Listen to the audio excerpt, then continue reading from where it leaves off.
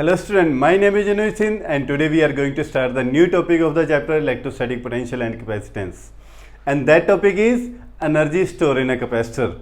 Before going to next class, recall the previous one. In previous lecture we discussed about the combination of capacitor and after that solve the numerical based on it. जो मैंने वहाँ पर capacitor के numerical आपको करवाए हैं, most important numerical किए हैं अपने। और अगर आपको किसी भी न्यूमेरिकल के अंदर कोई प्रॉब्लम है तो डिस्क्रिप्शन के अंदर मेरा नंबर दिया हुआ है, आप मुझे कॉल कर सकते हैं, मैसेज कर सकते हैं। और कोई भी अगर प्रॉब्लम आती है तो जैसा भी आपको कंफर्टेबल फील हो आप मेरे साथ प्लीज़ ज़रूर शेयर कीजिए। और आज की जो इस वीडियो को स्टार्ट करने से पहले मैं आपको थोड़ा सा बता दूं आज की इस वीडियो के बारे में, क्योंकि ये वीडियो मेरे लिए काफ़ी स्पेशल है। लाइफ के अंदर कुछ मेमोरीज़ होती हैं ना बंदे की, तो वो उन मेमोरीज़ के साथ आज की वीडियो जुड़ी हुई है। तो ये वीडियो मेरे लिए एक मेमोरी ही बनेगी, ठीक है। अगर इस फ्यूचर के अंदर इस वीडियो को कब मैं देखूंगा तो मुझे एक मेमोरी है इसके साथ जुड़ी, मैं आप लोगों के साथ कभी फिर शेयर करूंगा। तो आइए आज स्टार्ट करते हैं इस वीडियो के ऊपर। तो आज का जो अपना टॉपिक रहेगा वो एनर्जी, एक कैपेसिटर के अंदर एनर्जी कैसे स्टोर होती है, किस फॉर्म के अंदर स्टोर होती है, उसके लिए क्या करना पड़ता है, ठीक है। तो एक कैपेसिटर पर कंसिडर कर लेते हैं। आज का सारी कहानी इसी के ऊपर चलेगी, अपनी इस कैपेसिटर के ऊपर कि एक कैपेसिटर के अंदर एनर्जी को कैसे स्टोर करते हैं। तो कैपेसिटर का प्रिंसिपल तो आपने कर लिया होगा ना कि principle of parallel plate capacitor क्या था, कि एक कैपेसिटर को आप कैसे चार्ज कर सकते हैं। तो जिन बच्चों ने अभी तक प्रिंसिपल वाली वीडियो नहीं देखी है तो प्लीज़ जाके एक बार वो वीडियो ज़रूर देखें, फिर इस कॉन्सेप्ट के ऊपर आए, ठीक है। तो एक पैरेलल प्लेट कैपेसिटर अपन ने कंसिडर कर लिया। इस पैरेलल प्लेट कैपेसिटर को अपन ने बैटरी की हेल्प से पोटेंशियल अप्लाई कर दिया। यहाँ पर कुछ सपोज अपन ने यहाँ पर V पोटेंशियल अप्लाई कर दिया और इसको चार्ज करना शुरू कर दिया, ठीक है। चार्ज किया तो इसके ऊपर क्या आ गया, इस तरफ आ जाता है पॉजिटिव चार्ज। और आपको पता है कि प्रिंसिपल के अकॉर्डिंग अगर इसको अपने अर्थिंग कर दी तो इसके ऊपर क्या आ गया, नेगेटिव चार्ज आ गया सेकंड प्लेट पे। और यहाँ पर एक इलेक्ट्रिक फील्ड सेटअप हो जाता है जिसको अपन बोलते हैं ई इलेक्ट्रिक फील्ड सेटअप हो गया। और इन दोनों प्लेट्स के बीच में जो सेपरेशन है वो सपोज कर लेते हैं डी सेपरेशन है, ठीक है। और इस प्लेट के ऊपर, इन प्लेट के ऊपर जो चार्ज स्टोर हो जाता है वो क्यू चार्ज स्टोर हो जाता है। अच्छा, मैं इस कैपेसिटर को आज एक नाम देना चाहूँगा।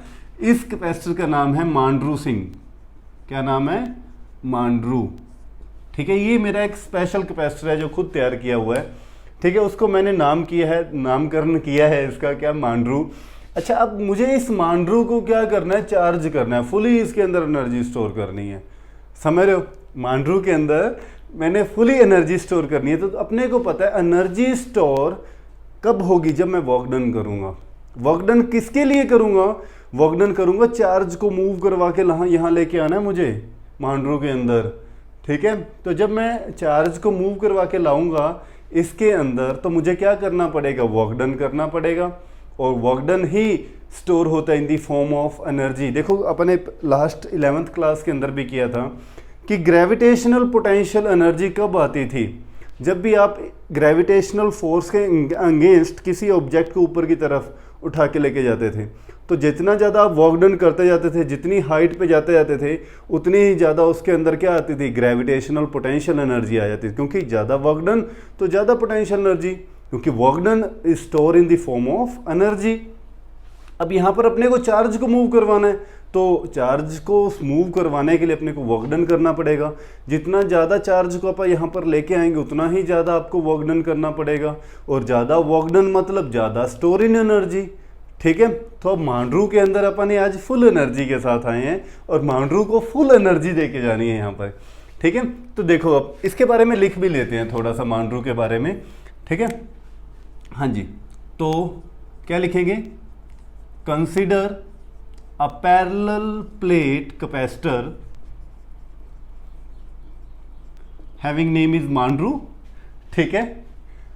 consider a parallel plate capacitor having capacitance C, मान लेते हैं इसकी कैपेसिटेंस कितनी है, C है, ठीक है।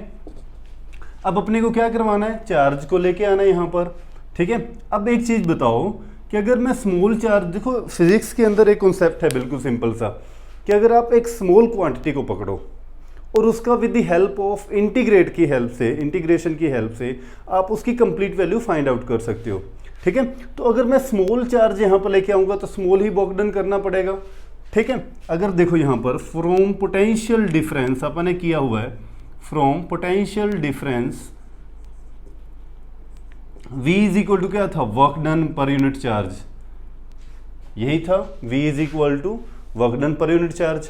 अगर मैं यहाँ पर स्मॉल वर्क डन करूँगा तो W इज इक्वल टू क्या आ जाएगा, VQ। अगर स्मॉल वर्क डन करूँगा फॉर स्मॉल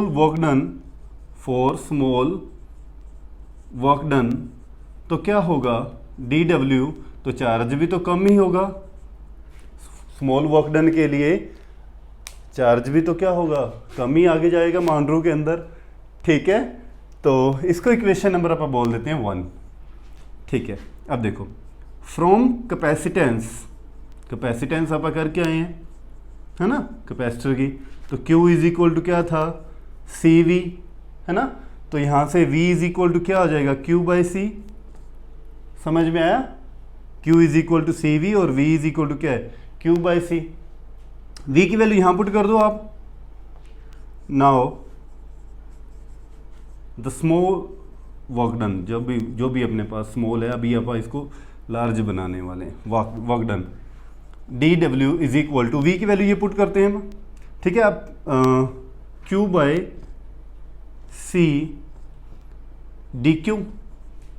ठीक है, तो ये अपने यहाँ पर V की वैल्यू पुट कर दी। अच्छा, अब अपने को कंप्लीट वर्क डन निकालना है यहाँ पर, क्योंकि कंप्लीट एनर्जी निकालनी है। कंप्लीट एनर्जी के लिए आप क्या करेंगे, यहाँ पर इंटीग्रेट बोथ साइड, और हमारे प्रिय मांड्रू को हम करने वाले हैं आज फुली चार्ज। तो कैपेसिटर कॉन्स्टेंट टर्म क्या आ जाएगी, बाहर आ जाएगी, अंदर क्या रह जाएगा, Q dQ। ठीक है, और वर्क डन 0 से W और 0 से Q, टोटल चार्ज। ठीक है, तो DQ का क्या रहेगा, W 0 to W 1/C, और इसका इंटीग्रेशन करोगे तो क्या आएगा, Q²/2 0 to Q।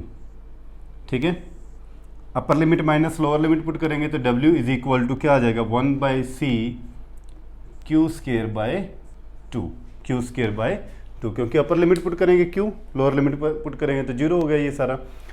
अब ये अपने पास वैल्यू आ गई वर्क डन की, इसको मैं इस वे के अंदर लिख सकता हूँ 1/2C इंटू Q² या Q²/2C। ठीक है, अब वर्क डन ये तो आ गया अपना टोटल वर्क डन, और अभी आप बात कर रहे थे work done store in the form of energy. ठीक है, तो अब ये कौन सी एनर्जी स्टोर होगी, potential energy. Work done store in the form of potential energy, कौन सी, इलेक्ट्रोस्टैटिक पोटेंशियल एनर्जी है ये। तो W इज इक्वल टू, जिसको अपन U से रिप्रेजेंट करते हैं। ठीक है, राइट कर लिए यहाँ तक, थोड़ा सा इस तरफ से रेज कर रहा हूँ मैं, राइट कर लीजिए।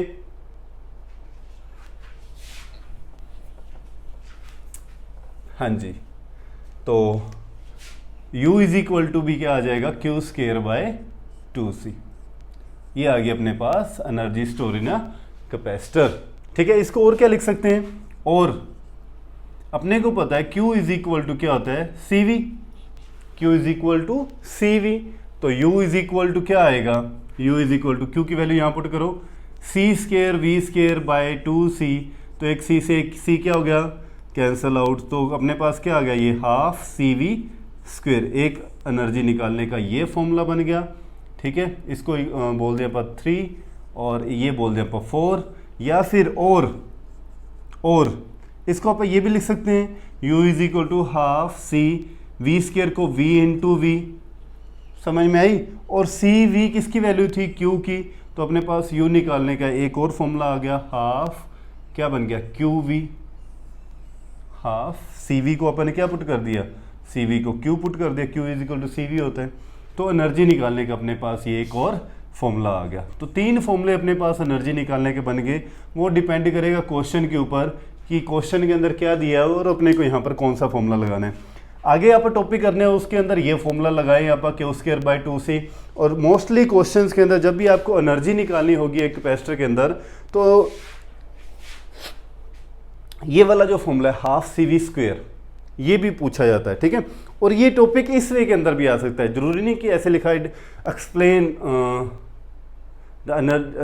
द डेरिवेशन ऑफ या express the energy store in a capacitor, अपने को ये डेरिवेशन करनी हो तो अपने को ये भी आ सकता है प्रूव दैट। क्वेश्चन किसी भी वे के अंदर वो पूछ सकता है।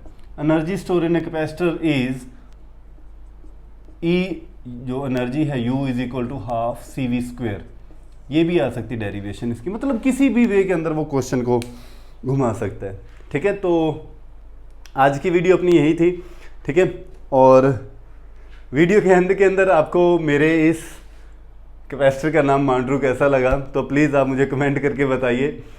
तो थैंक यू सो मच, अपना ध्यान रखिए, घर पे रहिए, सुरक्षित रहिए। जय हिंद।